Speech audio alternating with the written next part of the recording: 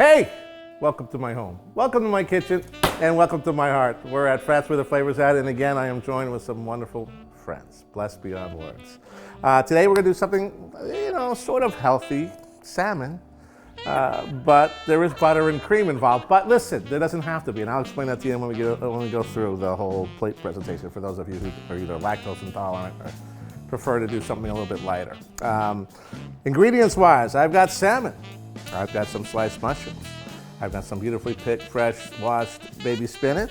I've got butter, I've got garlic, I've got salt, I've got pepper, I've got a little seafood stock here that we make. You saw us do that. Heavy cream. And we're ready to go. Let's start off with a little olive oil in the pan. Pan's getting hot. Let's salt our fish. Never be shy with seasoning. A little salt. A little fresh cracked black pepper.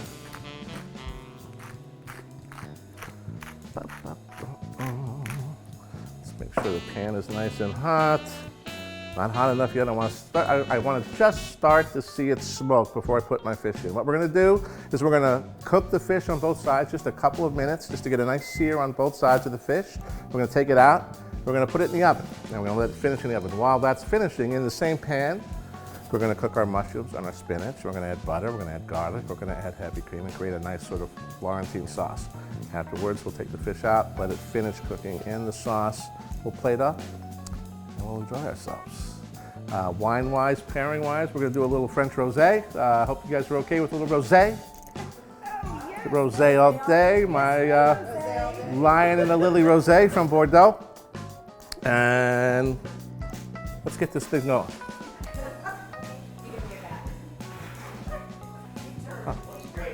What'd I miss? What'd I miss? I always like to swirl my olive oil around, make sure it's nice and evenly coated the bottom of the pan. I think I've got enough heat here, and let's roll. So, we'll lay our fish down. There's the sound you want to hear.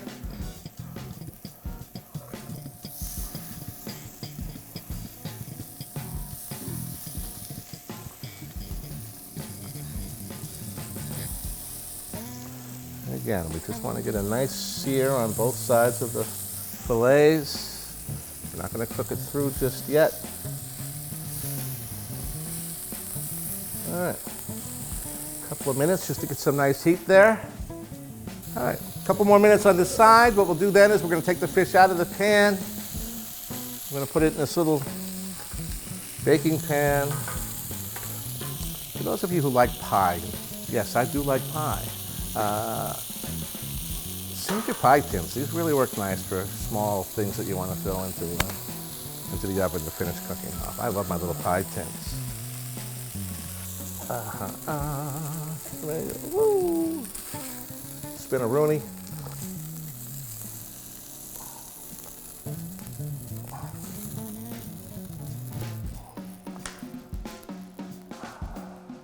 Go ahead and put these in the oven. Let them cook in here for a little while we play in the pan. All right, I'm gonna add a little bit more olive oil. Well, by the time I'm ready, you'll see. You'll see. We don't.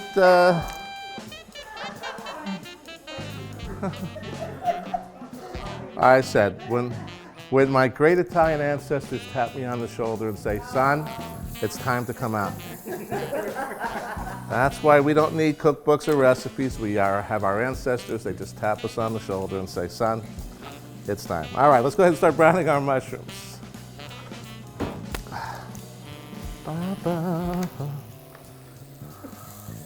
One of the subtle perks of being Italian.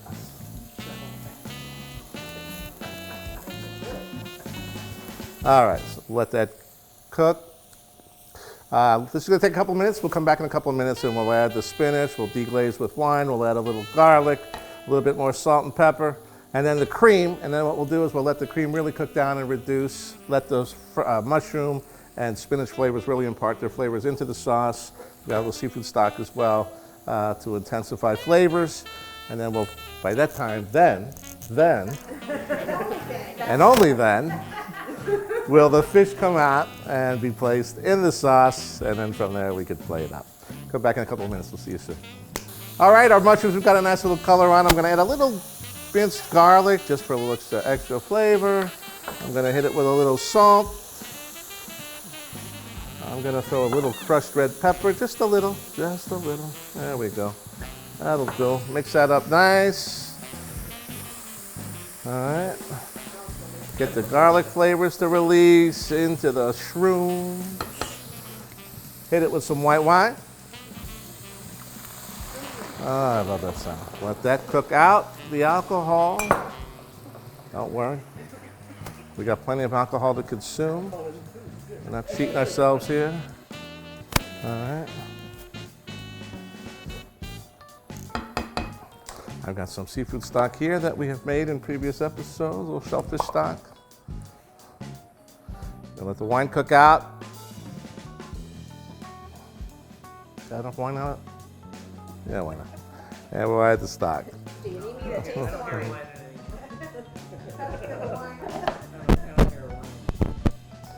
All right. So now, actually, Kevin, we're gonna take a little break now. We're gonna let this sort of, again, cook down, reduce by a little bit more than half, maybe a little even more than that. Let those flavors work into the mushrooms. I like to add the spinach right before I add the cream. So we're gonna take another little break. We'll let this cook down. We'll add spinach, we'll add cream, and a little butter to finish it with, and we'll be ready. See you in a few minutes. Thanks. Okay, our wine and our seafood stock is reduced down nicely. I could probably let this reduce a little bit more, but we're gonna go ahead and add our spinach and let those flavors work into what exists in the pan now. All right, so this has all been beautifully washed baby spinach. All right, and we'll just start working that into the pan and letting that cook down a little bit. I love spinach. I'll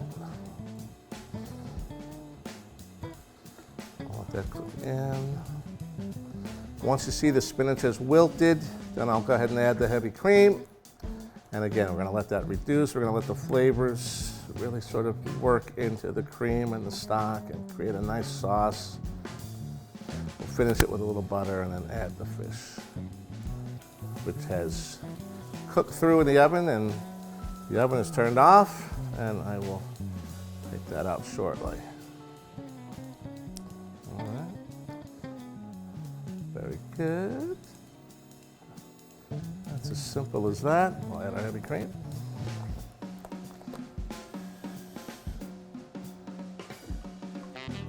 Let's see, just a touch of risotto. Just enough. All right, so we'll mix this up. We're gonna let that continue to cook on, and we're gonna see what is now a white cream turn into a sort of greenish cream from the vegetables in the pan, just filled with flavor, and finish it off with the fish. Come back in a few minutes. Thanks. All right, we're back. We're having a good time here. I hope you guys are having fun watching. We're gonna go ahead and add our beautifully cooked salmon to the mushrooms, to the spinach, and to the wonderful cream and stock, and we're just gonna head and just let this salmon enjoy itself, play and frolic in its little sauce here.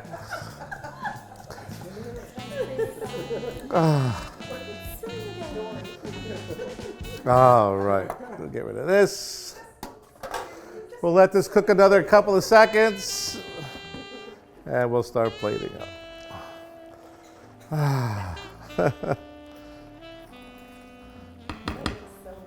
I'm working? You mean I'm working? See that for the later? That's.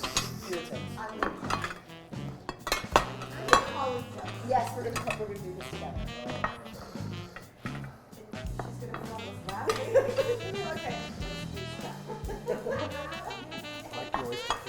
Yeah, fun, right? I just, I go through the cupboard because she's always bringing something new in. So I don't know. I'm like, hey, I didn't know we had those. That'll work okay. What do I want to use here? Spoon out. All right. Playtime. All right, so salmon, sauce, a little more sauce, a little more sauce. All right, there's one. Got the sauce. Layer her up. Layer up. Some sauce, some spinach. Don't forget the spinach. You gotta have your spinach. Now, as I mentioned, you don't have to add cream. You really don't. You could just cook down the spinach and the mushrooms and have a nice, healthy salmon dish. Or you could do it the delicious way. And a lot of wine. And a lot of wine. Absolutely. But yeah, I did a seafood stock. I always try. I always have fresh-made stocks, and I'm always disturbed by. Oh, here you go.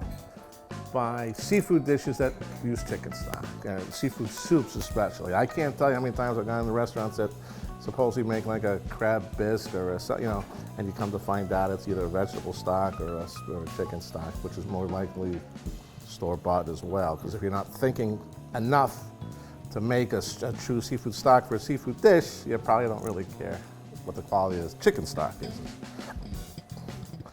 So,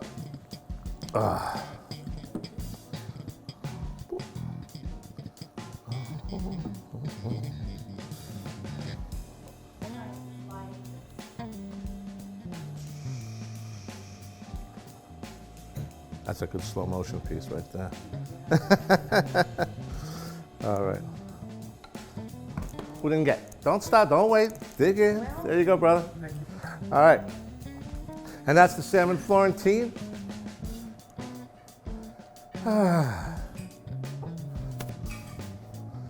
Felt like pairing this with some rosé. Just again, relatively light dish in spite of the cream sauce. We kind of went with a lighter, slightly thinner cream. I didn't intensely cook it down to a thick cream sauce. I wanted something a little bit lighter, a little bit brighter. The Merlot that is used to make the Lion and the Lily Rosé is substantial enough to go with any type of dish. I think it'll complement this real well. Good acidity, good fruit flavor, and again, it should go really well with the salmon. So, Lion and Lily Rosé, salmon Florentine. Whose glass is this? This is mine? Oh wow, I even had a glass. Ah, lovely. And that's our episode. Thank you all again for being here. I hope you'll stay for another one. You betcha. We're gonna do a little risotto on the next course. All right.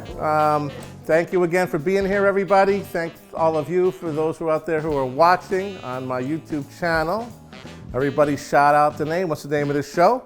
That's where the flavor's That's where the flavor's at. And don't you doubt it for a second. God bless every one of you. We love you. We'll see you next time. Ciao. Cheers.